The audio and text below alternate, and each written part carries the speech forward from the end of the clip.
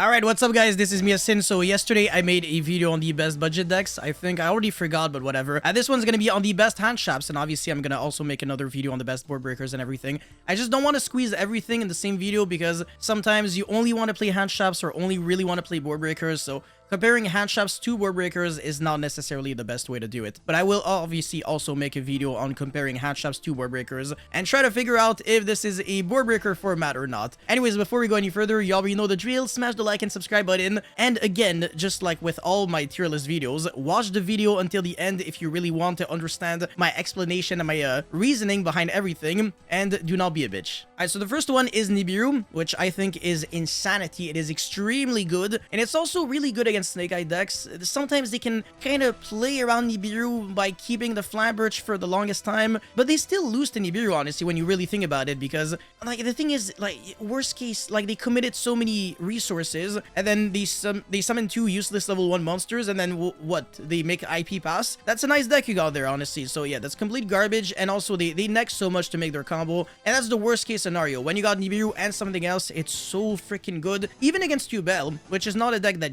really loses to Nibiru. A lot of their lines do lose to Nibiru, like if they only have Dark Beckoning Beast, or only have Tractus, or Engraver, or Fabled Luri, or only have like 2 generic monsters, Nibiru still gets you there. So it's that one hand trap where you just feel so comfortable having it. And it's also very good against Ritual Beast, and it just covers a lot of like rogue matchups overall. So I do believe that this is a must play, because it is also a card that gets exponentially better with, again, obviously with other hand traps. Bestials, and especially Magnemite, Druizworm, and Baldrake are correct. Magnemite obviously has that Exodia card where when you draw it, you just feel like you're cheating. So yeah, if you can main deck Bestials in your deck, because they might have some value as being extenders, maybe because you're playing them in Bell or Snake Eye, whatever, that's going to be even better for you, because at least they serve a double purpose. So even when they're dead against your opponent, at least they are still extenders for yourself. So yeah, it's a bonus if they hurt the opponent, and if they're just extenders, then it's still pretty good, right? Artifact Lanza, honestly, this card's really niche. It doesn't cover much ground. Like, sure, it's really good card against Ritual Beast. It's funny because what Shifter is for the decks that lose to Shifter is pretty much what Lancia is for Ritual Beast. Like, they pretty much pass doing nothing,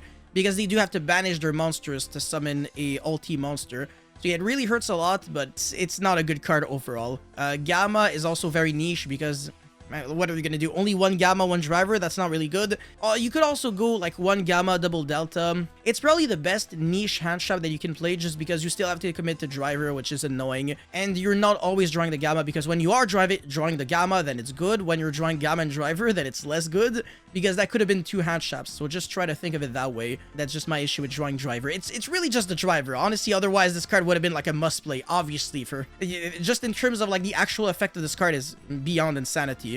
But yeah, the drawbacks, I don't know if they necessarily outweigh the pros, or whatever, the other way around. Yeah, okay. Retaliating is a card that is very niche right now, but it's about to be really good with Azamina, because they have to summon their Mu Arcielago, I think, or Rhea Silver. I already forgot the name, but whatever. The one that searches your Sinful Spoils, whatever, original or wanted, with a spell effect, with the Sacred Azamina. So not only do you banish it, they don't summon jack shit, and now you have a Macrocosmos, so that even their Fiendsmith engine doesn't do jack. And they don't want to start with a Fiendsmith engine, because then it kind of defeats the purpose of summoning a card that can negate anything. So yeah, they are going to play really, really hard into Macrocosmos. And also, even right now, it might be a decent card.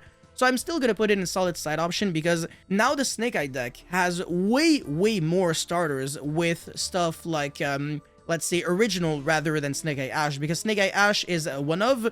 So sometimes, even if they have, like, also if they have to start with Populous, then that's also plays really hard into Retaliating. So yeah, everything that isn't Snake Eye Ash loses to this card. Unfortunately, Tractus doesn't special summon a monster. It searches Luri, which then discards it, and then it summons itself back. So Tractus, aka the Fiendsmith package, doesn't play into Retaliating, but still, a lot of things do. So I don't know if I would put it at the very bottom of solid side option or at the very top of niche, but it's about to be a must-play in your side deck. As a matter of fact, in the OCG, this is a 3 of in practically every side deck, because again, it is the best way to beat Azamina.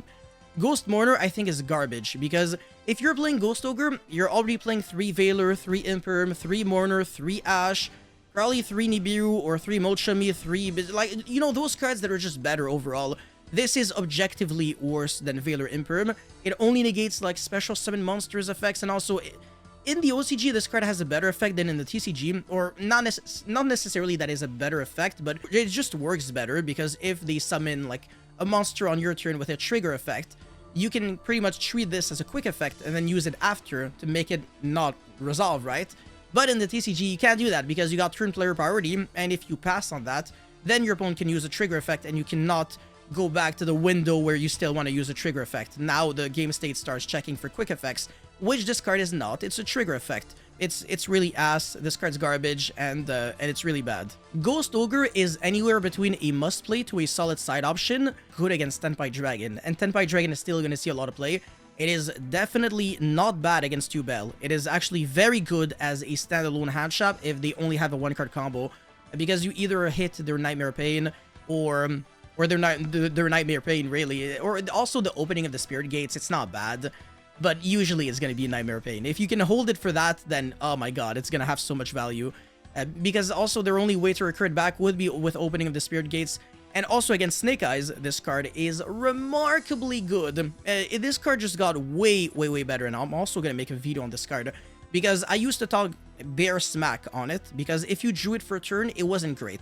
Like, yeah, sure, you could kind of use it as a board breaker to, like, destroy Appaloosa, but sometimes the Appaloosa is summoned with IP, so it doesn't work. That rarely happens. Unless you're really trying to Ogre an Appaloosa, it's not gonna have much value.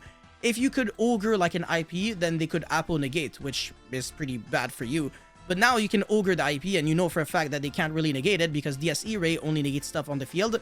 And also, you can Ghost Ogre DSE Ray, which is huge, because it pretty much behaves like a Gamma. It negates and destroys the DSE Ray, because it has to have that sequence equipped to it in order to check for the total link rating of, you know, the monsters equipped to it. So in other words, if you destroy the DSE Ray, then the link also dies along with it, and it can no longer check and negate stuff on the field. So it has a really good interaction with both IP and DSE Ray, making it so that if you draw 2 Ghost Ogre, it actually counts as drawing 2 different hand shops. It breaks the board fully, because you Ogre their DSE Ray on their turn to negate their Princess, and then you Ogre the IP so that they end on literally no threats other than Princess and, you know, the Azarun and the Rabbit. If they can get to that, which is, it's gonna be a lot of resources for sure. And also, worst case, even if you can at the very least, Ogre like a Caesar, at least you're only dealing with, well, like 1 special summon negate instead of 2. So, you know, you get rid of their second negation, so it's never a bad card. Honestly, I think this card is remarkable. Ghost Sister and Spooky Dogwood, oh man, as a real card, it's just very bad. You should never main deck this card. It's just not a good Yu-Gi-Oh card. And also, a lot of decks don't lose to this. Tenpai Dragon will kill you under Ghost Sister. They deal 6,000 damage if they can't have access to the field spell. So you would still only end on 2k life points just because, you know, they still do a lot of damage. And also, your normal summons can still damage you under Ghost Sister, and all the summons that you conduct like outside of the main phase and battle phase will not give you life points under Ghost Sister, so there are some loopholes. So yeah, I mean, it's just an annoying card, but it's not a good card. Yo, what just happened? Whatever, it's not important. Yeah, no, I really don't like Ghost Sister, and as a side deck card, obviously it's good, and unfortunately it probably got a little better because Fiendsmith Lacrimosa is no longer there to burn. But yeah, you should probably try to play safe, very fast for this format, and not get yourself in a position where Ghost Sister can screw you over. Snake Eyes will maybe see less play, and Yubel plays a little less hard into Ghost Sister. Your monsters have 0 attacks, so it's not like the end of the world. But yeah, it's anywhere between a must play to a no play. But I'm gonna unfortunately have to put in a solid side option just because it can win you in time. But yeah, this card is good for the wrong reasons. It's, again, very sad to say. Ghost Reaper is also a very niche card because its power is completely dependent on the space that you have in your extra deck and the amount of cards that you can cover. Usually, it's not going to cover a lot unless you have, like, literally, like, 10 free slots. But even then, it's just not fast enough. Like, yeah, sure, against, like, Snake Eye, you call, like, SP, or, I don't know, like, the Link 2 to Fuse. No, that's not even good. You can call, like, Caesar if that beats you. You can call DSE Ray if you're scared of that. You chain that to their Link 2 to Fuse. Or you can also use it on the Link 1, the Requiem. I don't know, it's just overall, they have so many different cards in the extra deck that it's never, like, super insane. I think this card will just keep getting better and better over time. So for now, it might be niche, but in the future, it might be great. Maybe in, I don't know, maybe in, again, like against Blue Eyes, this card is going to be unfair, for example. You take out their Blue Eyes Spirit Dragon, and the game pretty much ends on the spot, because they kind of lose like 6 cards from the extra deck. It's kind of like Reapering Dante against Burning Abyss back in the days. They lose their Dante, and they lose their Beatrice. And obviously, like before Cyberload Fusion was a thing, if you could Ghost Reaper Cyber Dragon Nova, then they also lost Infinity. You know what I'm talking about. When you can flick like a 2-in-1 package deal. But when you really hit just like a 1-of in the extra deck and they have like 14 different cards, this is where Ghost Reaper is bad. And unfortunately, the top decks like Snake Eye New Bell, their extra deck, when you really look at it, it's just a bunch of 1-ofs. So if you can only remove 1 card, not the greatest. Iris Sword Soul, this is very bad as a hand shop, but as an overall light spellcaster extender that you can search in Wetwoods, it's honestly not too bad. But the effect of the card is really bad, and also you're not trying to play this as a hand shop, it's garbage. As a matter of fact, I actually forgot that this was a Sword Soul card for a moment because it's utter garbage. Hold on, is it even a Sword Soul card? The Iris Sword Soul, I mean, that's the name of the card, right? I'm not tripping. Yeah, it's a Sword Soul. How? It's so shit. Anyways, I think it's related to the, yeah, like Despia lore pretty much, or Dogmatica lore, which is like the same thing. Skullmeister, it's really bad. It might be decent a little bit against Ubel. They have a few graveyard effects, but Bestials are just better. So this is like a bootleg version of everything else that you can play. This card sucks. There's pretty much no real reason to play it. It was good back in the Unchained days because, you know, it was just another Ash. That's it. And now there's just better hand shops out there. So yeah, there's honestly no reason to play Skullmeister. Contact C or something like that. Hold on a second. Yeah, this card kind of sucks, huh? Yeah, it's really bad. Yeah, don't play this card. Okay, Ghost Bell is another very niche option, but it's probably one of the best niche options out there. It's still very niche because as a hand shop, it's one of the weakest cards out there. But the cool thing about Ghost Bell is that it kind of behaves a little bit like a Call by the Grave if your deck loses to Nibiru and Bestials. So it could be good for you, but not necessarily good against your opponent. It's more of like a Call by the Grave, to me at the very least, but against certain decks like Runic and Labyrinth, it can also have a little bit of coverage, but it doesn't have enough coverage. And also, yeah, sure, you can make the argument of it can negate like a Flamberge. Are you really letting your opponent play that long when you could have just imperm like the Snake Eye Ash? I don't know, it's just, when it's your one and only hand shop, this card is almost always worse than anything else. And even if you draw it in combination, sometimes it's still not good enough. I've been in positions where I had to deal with like Ghost Bell and another weak hand shop, and it just did nothing against me. And also, like, the good players, they can also chain block with Flamberge, like Flamberge Chainlink 1, Populist Chainlink 2. So yeah, it's just, because of that, because of the fact that there's like inherent loopholes, I can't really consider this like a card that you gotta play. It's a card that you can play, but you don't have to. Phantasme, I think you should probably look into it in your side deck, just because it can draw into your really strong hand shops like Nibiru and stuff like that. And Mochami is in the exact same position. It's a solid side option. Both of these cards are honestly, I think, the exact same in the way they behave. It's not really cards that hurt your opponent, they help you. So you can side out engine cards and just play less duplicate cards to have a little bit less redundancy because you don't want to draw too many normal summons going second. Sculpt a better hand so that going second you can play through interruptions. And Phantasme has the added bonus of being a body on the field that can also negate stuff like Imperm if they're used against you. So sometimes you got a bunch of normal summons and you can still kind of play it out. So yeah, it's just a really, really good card overall. And also Mochami not being once per turn, being twice per turn is really nice. But if you draw Mochami off of Phantasme, then it's really bad. So yeah, there's, again, pros and cons to everything. A Cyframe Delta is the exact same as Gamma, but obviously it's less good because this card just negates spell activations. If it negated spell activation and effects, it would have been insane because then it interacts really well with a bunch of cards. But still, now that the Tenpai Dragon field spell is limited, you can negate that and it's not too bad. But usually Tenpai, even if you get rid of their field spell, they only need one card to kill you anyways. And if you're doing that, then it means that you're probably going, what, first against them, and then they're going second, and you're still gonna die. So yeah, it's just, yeah. And also it means that you have an empty board, which is not not the best feeling. Typhoon, this card is also super niche, but just like Ghost Bell, this card is a 2-in-1 package deal. It can be good against Fire King if they're careless and they use their Fire King Sanctuary as a pitch fodder to evolve into their Snake Eye, and then they activate anything, or they place a monster with Flamberge. Then they got 2 spells and shops. You can Typhoon away their Fire King Island, before they can make an Ambler Whale and like a Narvada so that they don't float on anything, they lose a lot of stuff, and this card can be really good. It depends on the timing, it depends on the situation, but the fact that this card also has coverage against decks like Runic Stun, honestly, I think it's a good card. It deserves to be respected a little bit, and yeah, it has a lot of potential for sure. I think it's a card that you might even consider side decking seriously, but for now, it's really hard to consider it like a super necessary card because of the fact that we already have Cosmic Cyclone for back removal, which I think is better.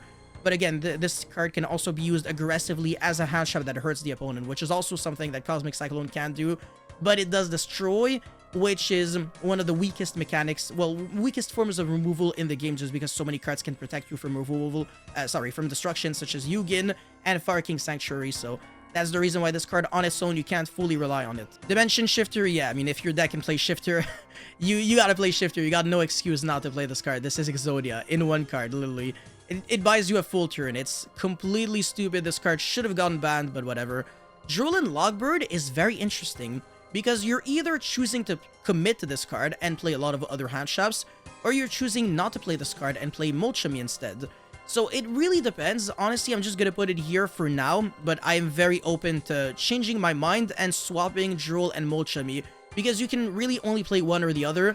At the NAWCQ, I played both, and sometimes I would draw Droll off of Molchemy, and I would be in a position where I would either Droll my opponent to put him in a really bad position, but also not draw for the rest of the turn, which feels really weird. Like, are you trying to Droll your opponent under Max C? I don't know about that, but yeah, sometimes you can drop Droll after your opponent is done summoning from the hand, and you can kind of benefit off of drawing both, but you can't really rely on that. You want your hand traps to have max value, so you always want to Droll as early as possible. You want to Molchemy as early as possible, and also use your other hand traps that you draw maybe as early as possible or as late as possible in combination with Nibiru, which is why, yet again, if you're playing a bunch of hand traps, these are usually the best cards. Veiler is objectively worse than Imperm, so I can't put it here. I might as well cover Imperm. Imperm is really good. I mean, it's kind of better than Bestials because it's more generic. It can be used under Shifter. It doesn't send itself to the graveyard, unlike Veiler, so that's a huge advantage. Veiler, I think, is kind of a flawed card. By the way, was it here? I mean, maybe it's like the best out of the solid side option, but I mean, it's a card that you kind of have to play in your main deck if you play it. I would not imagine it in the side deck, so I'm gonna put it at the very worst of must play, because it's a must play card for the main deck if you want to play it. Otherwise, you don't play it at all. Obviously, miles ahead of Ghost Mourner. This card is by far the shittiest out of the three. No, do not play Chaos Hunter. Miradora is like the worst one in the game. DD Crow is like surprisingly really good. It's actually much better than Ghost Bell against certain matchups, and I really like the fact that this card, now, at the very least, it might be even better than Bestials against Despia. And the reason why I say that is because now that Branded Fusion is at 1, I can see a lot of the ways to get access to Branded Fusion being stuff like milling the Branded Fusion, as well as like the trap card that can banish itself to recycle back a Despia, well, Branded Spell or Trap from your graveyard to your hand. If you can DD Crow the Branded Fusion there, then they pretty much lose access to Branded Fusion for the rest of the duel, which is huge, because then obviously it's banished, so Tragedy also cannot get it back. It's nice, but if they have Tragedy and the trap card, then they can play around one DD Crow. But this card also has some other nice applications. I think it's an overall very good card, and people don't play around it. Who the hell predicts DD Crow? People might play around Bestials, because, you know, if you control no monsters, then you can't lose to a Bestial because it's no longer a quick effect. But if you do control... Well, I mean, if you control a monster, then, you know, you can't...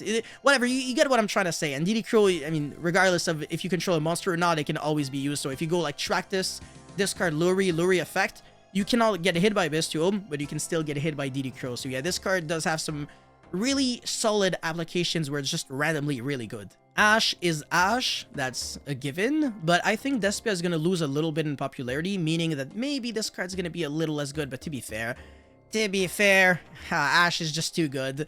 I don't even know if I should put Imperm in number 2 or number 3, I don't know, but I think I'm pretty satisfied always putting Ash as like the second best card, just because it negates freaking everything that can breathe. Like, it's just a good card, that's all I can say. But maybe this card will get outmatched, like, in the future. Maybe Molchemy Furaros is gonna leapfrog it, and maybe you're gonna be even happier when you draw Furaros than when you draw Ash.